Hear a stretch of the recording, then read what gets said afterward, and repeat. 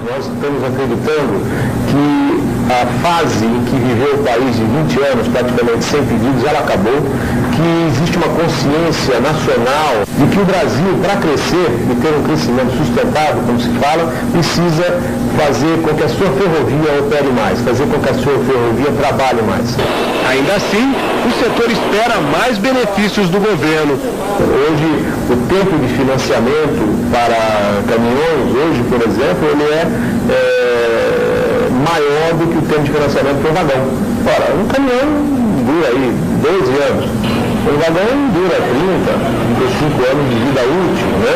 De pequeno, ajuda o pai a restaurar as velhas locomotivas da Associação Brasileira de Preservação Ferroviária.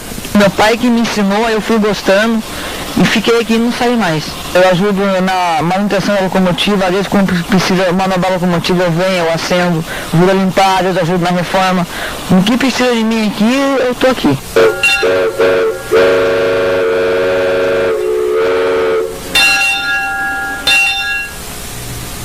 Você vai ver no próximo bloco Carajás e Vitória Minas, duas estradas de ferro que transportam passageiros, exceções do nosso país. A gente volta já já.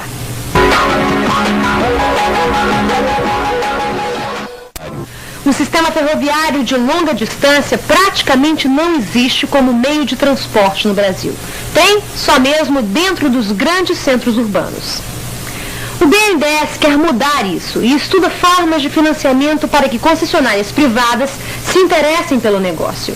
A ideia é utilizar as vias já existentes e investir em cidades com mais de 100 mil habitantes em regiões onde haja nenhum ou quase nenhum transporte de carga.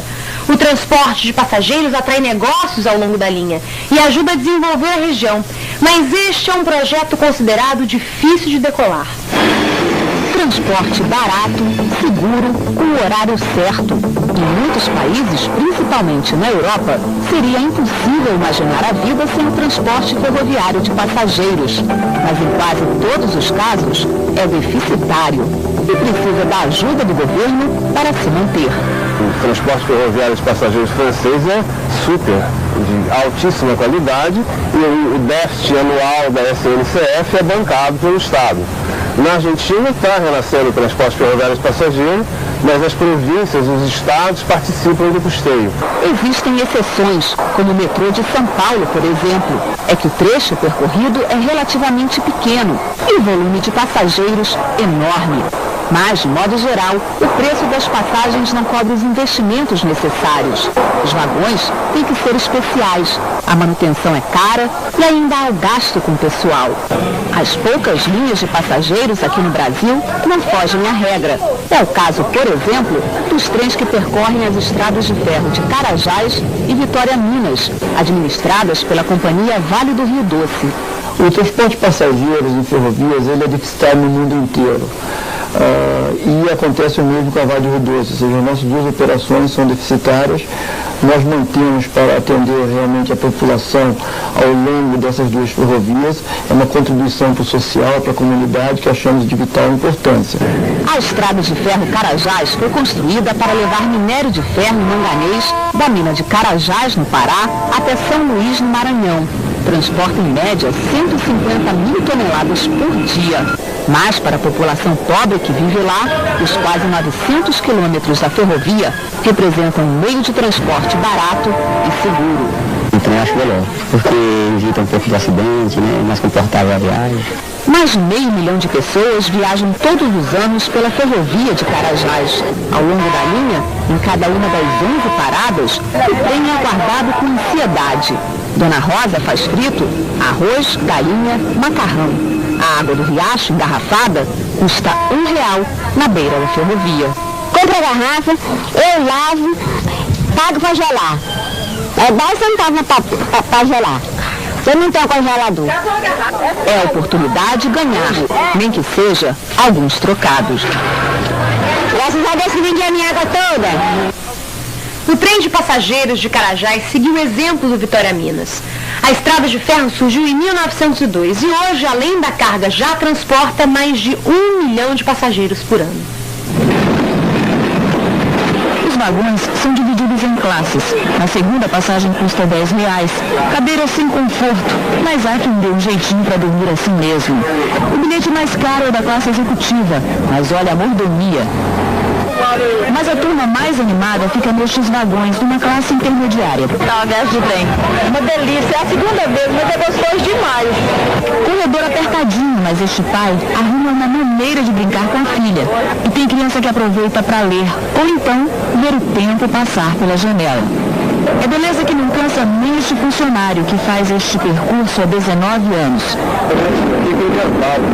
Todo dia vê uma flor diferente, olha lá. Primeiro você está vendo uma flor azul, amanhã você vê uma amarela. E faz com que a paisagem fique mais bonita ainda. 2 horas de viagem, estamos chegando à primeira estação em Barão de Cocais. Até Vitória ainda são mais 12 horas e outras 30 paradas. Uma viagem que seu Daniel faz desde criança. A Maria Fumaça jogava muito carvão da gente e fogo. Gostava muito de pegar um violão, um sanfone e vir tocando dentro do trem. Ela é a maior empregadora do mundo. 1,5 milhão de homens e mulheres trabalham na rede ferroviária da Índia. Veja nessa reportagem da CNN. Essa locomotiva a vapor é a mais antiga em funcionamento no mundo. Pertence à rede ferroviária da Índia, montada pelos antigos colonizadores britânicos. No ano passado, a rede ferroviária indiana comemorou 150 anos. Os números são impressionantes. 14 mil trens transportam 13 milhões de pessoas todos os dias. Isso significa que em 2001, a rede ferroviária indiana transportou uma quantidade de passageiros quase igual a toda a população mundial. Se os trilhos de trem indianos fossem colocados um após o outro, eles dariam uma volta e meia ao redor da linha do Equador. A rede ferroviária indiana ajuda a integrar o país, mas sendo tão grande e tão antiga, o índice de acidentes também é alto. Este acidente, em 1999, matou mais de 300 pessoas. Um outro problema é o terrorismo. Apesar dos riscos, viajar de trem na Índia é barato. Pode-se percorrer 3 mil quilômetros pelo equivalente a R$30. Por isso, o trem é o meio de transporte preferido dos indianos. O plano de revitalização para o setor ferroviário anunciado pelo governo prevê 4 frentes de ação. A primeira é repensar a própria divisão da malha ferroviária para atender melhor o mercado. A segunda é ampliar a capacidade das ferrovias, investindo na modernização dos equipamentos das linhas e resolvendo questões fundamentais, como, por exemplo, as linhas urbanas que cruzam bairros, às vezes chegando a centímetros das casas. O terceiro ponto é a expansão da malha, hoje concentrada no litoral do país. E o último, o resgate do transporte de passageiros, principalmente o trecho Rio-São Paulo, que já teve sua época áurea com o trem de prata. Segundo especialistas, o plano ainda não se traduziu em nada concreto, mas só o fato de o governo ter acenado com essas intenções já cria uma expectativa otimista no setor. O Sala de Notícias vai ficando por aqui. Até a próxima.